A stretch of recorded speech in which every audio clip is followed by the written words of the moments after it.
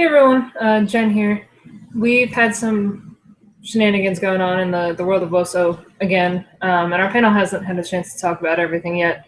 So I thought I would go ahead and break it down a little bit in this opinion piece of mine. This is live, and my solo videos are not normally live, so I will try to keep this PG. So I guess we'll start with a not so much a major topic and not so much related to the game, but still a big topic lately. Mattel and that whole Abby doll nonsense. Apparently, everyone thought they were going to release the Abby doll, which they probably should have, especially seeing as I think it was Mia Hamm that got released back in the day. But yeah, they're apparently not going to. It was made just for Abby. They didn't find it necessary to make that announcement prior to someone asking about it. So here, a bunch of people thought they were going to get Abby Wambach, Mattel, Barbie dolls, and they're not. So a lot of people are really up in arms about that. And in a way, they probably should be. Abby Wambach is a huge legend, and you know, she deserves that kind of recognition. Plus, Mattel would make a mint. Like, let's be honest, really? They're hurting themselves here by not releasing that. Seriously, like, you could make bank on an Abby Wambach doll, and you're just not. So that's cool. So yeah, I know a lot of people are up in arms about that, and I don't fully understand the reasoning why Mattel is not releasing that wide sale to the public. But like I said, it's kind of their loss on that. So yeah, it sucks to be Mattel. I foresee a lot of people going out, buying Barbie dolls, cutting and dyeing the hair, and making little jerseys for them to make their own Abby Wambach dolls. So good on those people. I don't have the patience for that, but good on everybody who does. So yeah, there's that. I also forgot to mention, if you guys have any thoughts on anything that I'm bringing up, as always, use the hashtag Woso Talk. Hit us up on Twitter. I am not on the Twitterverse because I am old and don't have one because all of these youngins keep coming out with too many social media things for me to keep up with. But if you use it and you would like to message me via there, again, just use that hashtag, one of our panelists, to let me know. I hope. That's on you guys. Facebook, I'm always on the Facebook, though. So do a shout out. Let me know what your thoughts are on anything I'm talking about, and I'm sure the other panelists would love to hear it too. So next thing, again, big outrage, and this one rubbed me the wrong way. So I'm going to talk about it a little bit. Is the issue with Sydney Leroux getting pregnant prior to the Olympics? A lot of people are giving her a lot of hate for that. Something to keep in mind is, yes, she will miss the Olympics because of it, but so will Amy Rodriguez. Not nearly as many people were outraged about that, and I don't really know why. As a female and as an athlete myself, I probably will not be popping children out of my womb. You never know, maybe, doubtful. But regardless, I still would like to at some point have a family. And as a female and as an athlete, though not a professional athlete, yeah, you have to find that balance of being able to balance a work life and an athletic life and a school life. And thankfully for them, their work life and their athletic life is kind of intermingled. But it's very difficult to be in top shape, like arguably Sydney Leroux and Amy Rodriguez are, and walk away from that and have a family and put that strain on your body and then look to go back into it. It's not like an office job where it's like, oh, hey, by the way, I'm going into labor. See you guys in a couple of months, and just kind of get right back into it. They have a lot of work to do. Amy Rodriguez knows that. She has had one child already. So it is a difficult balance for them, maybe even more so than the male counterparts, because they do have to carry the baby. They have to deliver the baby. Their body is put through a lot of stress for 10-ish months by the time they recover from having that child. So, you know, the baby could have been accidental. It could have been, you know, just, oh, hey, oops, we were just on our honeymoon and things happened. Guess what? We're having a baby. But even if she chose to have the baby at this time, I don't think that's a reason for all of the flack she's been getting. You know, this might be the best time for her to do it. And that's something she will know, being in her own body, in her own mind.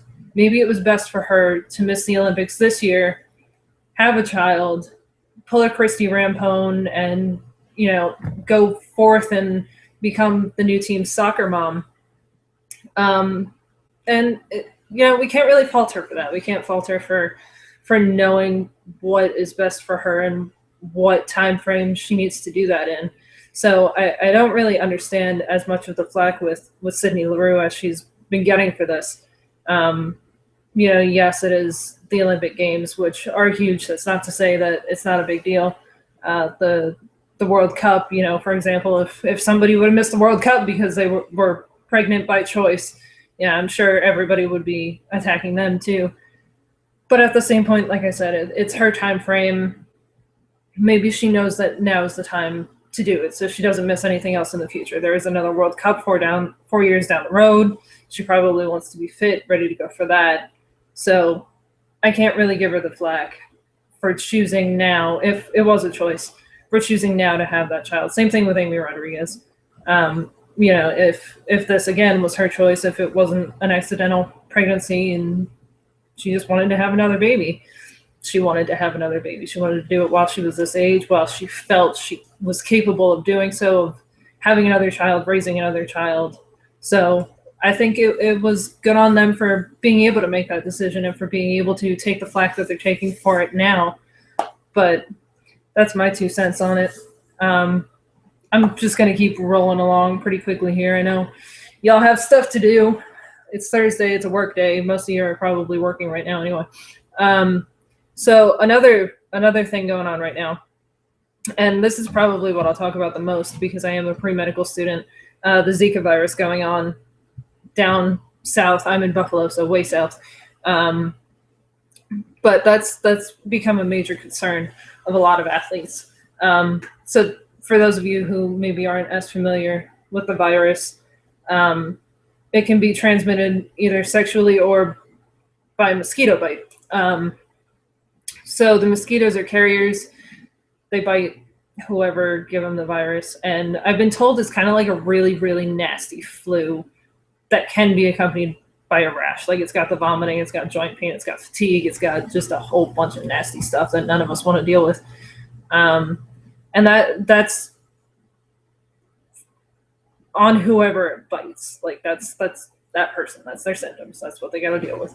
Treatment right now is pretty much, here, take an ibuprofen, we'll stick some IV fluids in you. They're treating the symptoms because there is no cure for the disease itself. So, great, okay. Athletes have that to worry about going down to Brazil to compete in the Olympics. Female athletes in particular have another major concern, and that is that any female who is or gets pregnant soon after getting that virus has a high risk of microcephaly in their baby, micro being small, ceph being head. You can see what we're looking at here. Major brain deformities. It's not good. And a lot of athletes have brought up the concern about traveling to Rio for the Olympics and competing and having to decide whether they want to compete for their country or pose a potential risk to an unborn child. And soccer players actually have an even greater concern almost, because a lot of their events will not be played in stadiums in Rio. They will be outside of Rio in smaller, less metropolitan areas where mosquito populations aren't more dense. So you're not only looking at, hey, we're going to Brazil, it's a major populated city, there are still mosquitoes, but maybe we'll be okay because it's metropolitan, it's a major area, we should be all right. We're looking at going to smaller areas outside of Rio in Brazil where the areas are not as metropolitan. They're maybe not as clean. And that's something that these athletes really have to look at, and it's something that a lot of them are already speaking about. I know Hope Solo has come out and said something. Alex Morgan has made a statement, and Jill Ellis, our coach of the U.S. Women's National Team, has also made a statement. It is becoming a concern. And right now, our team is focusing on qualifying as opposed to 7 teams that are already in the Olympics that can focus on a little bit more. Our team is trying to get through qualifying, but it is in the back of their minds, and it will probably be at the forefront of their minds pending they qualify in the next upcoming matches. So the question is, what do we do? What do they do? What happens? What kind of decision can they make? And first, there is a possibility that vaccinations, medications, treatments, whatever, will progress by the time the August Olympics rolls around, so that the athletes will be able to prevent, treat whatever with this virus. Hopefully prevent it. If we could come up with a preventative vaccine, that would be the ideal scenario. Well, the ideal scenario would actually be to get rid of the virus in general, but that's not going to happen, I don't think, without the eradication of mosquitoes, not that quickly. So hopefully by that point, we will reach a level of stability where these athletes can kind of take something or, get injected with something that will help them fight off this disease. If that's not the case, the question comes into play, do these athletes decide to go compete? And if they don't, what repercussions will that cause? At that point, I'm not sure it would be fair to hold it against these athletes for them to step back. And, Hope Solo said, hang on, wait a minute, I don't know if I'm going to get pregnant shortly after or not, but this isn't something that I want to risk. It's not, I shouldn't have to decide between me going and competing for a gold medal and possibly risking the health of my future child. And she's right. That's not a question we should be asking of our female athletes, for them to go and perform in an area that is unsafe. A lot of people were talking about the Sochi Winter Olympics being very unsafe, being unhygienic, just not good conditions for athletes. And nothing was really done about that. We talked about, social media and how the athletes brought all of that forward, but nothing really came of it too much. And I think that was because it didn't pose per se an immediate health risk. Whereas here we're looking at, this is a problem. This is a serious problem, and it does affect one population more so than the other. Yes, it will affect male athletes who are bitten, who will have short-term repercussions from the virus. We're looking at a much longer-term thing for female athletes, and that's something that I think all of the Olympic councils need to really take into consideration before walking into this. If this epidemic is not resolved, it becomes a question of, should we postpone and or cancel the Olympic Games until this is, brought under control? They can't very well in June say, oh, hey, let's move the location to Argentina has secret virus too. I don't know, some country in Europe, France. Hey, let's move this to France. It's June. We have 2 months until the Olympics start. But hey, let's move this to France. That's not going to happen. So it becomes a question of, should we postpone or cancel the Olympic Games until this issue is resolved? And that might be something that our female athletes will push for. I know the Mexican players are, it's also in the back of their minds. They have made statements about it. Again, they're kind of focusing on qualifying a little bit, so they're not as adamantly looking for a resolution. But it's something that'll be interesting to watch unfold over the next couple of months. Hopefully the doctors, the World Health Organization, everybody can kind of team up and get it resolved from a medical standpoint, where it's no longer an epidemic, it's no longer a concern. There are vaccinations for it, whatever. But this is a quick timeline at this point. It's already February. It's a very quick turnaround to try to get all of these athletes, immune to this virus that could not only damage themselves, but also have repercussions long term in the form of their future children. So I think postponing and or canceling the games might come into play if this stays as serious as it is. Just the last thing I wanted to bring up really fast. It's something that we've gone over again and again and again. Here we are, February 11th. We're in the midst of Olympic qualifying, getting ready to hopefully be one of the 2 teams that qualifies to go represent the world in Brazil. We are the number 1 team in the world right now. We're coming off of a World Cup victory, an Algarve Cup victory. We just did our victory tour. And here we are all watching this game on mobile devices because it's not being aired again. Granted, 3 matches, including the semifinals and the final, will be aired on NBCSN, which is nice. That's good. At least, we're getting somewhere. However, that same channel that I just mentioned that's bringing the semifinals and final is bringing curling during their prime time on weekends. Not to hate on curling. I like curling. That takes way more skill and coordination than I have. So great job, curling people. But the women's national team is huge. Arguably, well, not so much arguably, statistically, has had more viewers than the men's national team, has obviously had more success than the men's national team. Again, not to hate on our men's national team. Sorry, guys, but just looking at the facts here. So the fact that we're still kind of being shoved off a little bit, it does annoy a lot of people. It annoys me. It annoys most of my friends. Thankfully, we did not have to have any kind of, service or whatever to get NBC Live Extra to watch last night's game. But regardless, that is a little bit of an inconvenience, where I'm sitting here wearing my Broncos hat, where, yes, we just had the Super Bowl. And, American football will always be huge in the United States.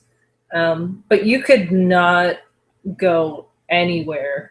You could not flip to any channel without seeing something about the Super Bowl, without seeing, whatever about. You still can't flip on the TV without seeing something about Peyton Manning or Cam Newton or whatever. But when you watch ESPN, I was watching it the other day and it annoyed me. It was yesterday, actually. It was the day of our first qualifying match, and at the bottom of the highlight reel, it said soccer, and I got all excited because I was like, oh, man, they're going to mention that the women are qualifying for the Olympics right now. They're going to talk about the U.S.-Costa Rica game, whatever. That was not the case. It was a little blurb that said something about Lionel Messi, and I was like, okay, fantastic.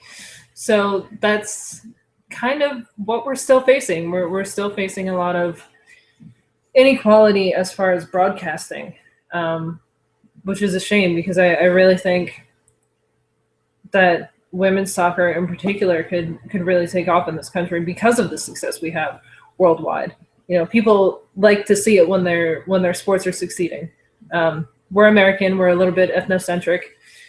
So, when we do well, that's huge. We sit there and, let's be honest, we all do it. We sit there and we count how many gold medals we all get at the end of the Olympics. And, we're thrilled when we beat out every other country because that's what we do. That's who we are. So when we see, the U.S. men's national team making it out of the group stage. That's a big deal. That's huge. That's exciting. Great.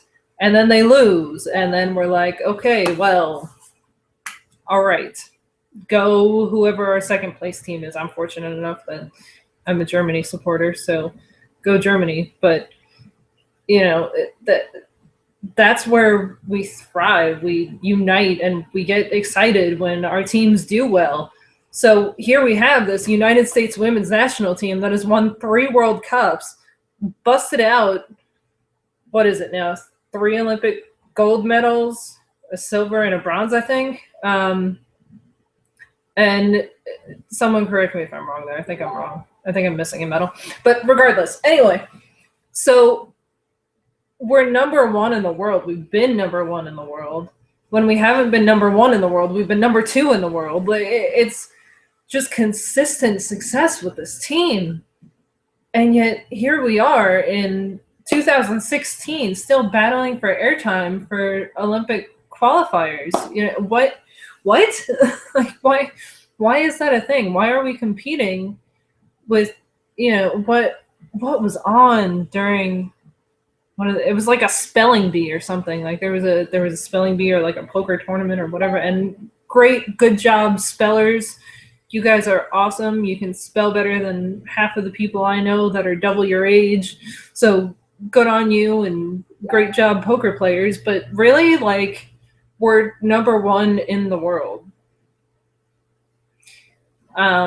So that's a fight that I think we're going to be fighting for a while, unfortunately. We had a lot of success in the victory tour. The numbers of people that were watching those games was huge. And then unfortunately we took a little bit of a nosedive after all of the legal happenings with Hawaii and Trinidad and Tobago and all of that. We seemed to kind of decrease a little bit. And unfortunately, you know, we had an opinion piece the other day by Karen about this whole U.S. soccer and U.S. women's national team legal thing going on. And, you know, you have to worry that things like that are going to affect the league. It's still, you know, pretty new in the grand scheme of things. Our World Cup is new. Obviously, the NWSL still being new. You know, all of these things are pretty new, and we take like 10 steps forward and then like 20 back because U.S. soccer just cannot get their heads back on their shoulders and, you know, where they need to be to make women's soccer successful. We're supposed to be one of the major leading countries in it too, which is so sad because, again, we're number 1 in the world, and our political system within U.S. soccer is just horrendous, and it keeps hurting our players, it keeps hurting our league, it keeps hurting our fans. But someone's got to fight for these players and for the league, and a big part of that is going to be broadcasting. It's going to be accessibility. I know that women's soccer in general has grown tremendously. There are tons and tons of people in America asking all the time, you know, how can we get streams of Australia's league, or how can we get streams of France's league or Germany's league? So we're all trying to find ways to access this. I know yesterday a lot of people were asking me if there were links to people outside of the country to watch our Olympic qualifying, and the accessibility just isn't there. So I think that's going to be a big key moving forward for women's soccer to make it more accessible. I mean, not just on the national level either, but even in the NWSL, let's be honest, those YouTube streams left a bit to be desired. Sometimes I couldn't tell which little pixel was Tobin Heath and which little pixel was Nadine Ongerer and which little pixel was McCall Zerboni, and it just wasn't, you know. So accessibility is huge, and I hope sincerely that moving forward we'll be able to give that to our fans a little bit more.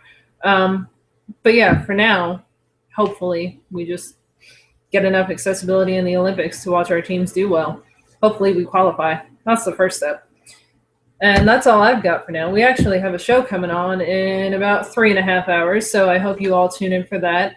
Again, give me a shout out, hashtag Woso Talk. Myself, the other panelists, whatever. Chat with us. Let us know what you think. Let us know what your thoughts are on the topics I've covered or anything else you want to see covered, and we'll talk about it. See you guys all later.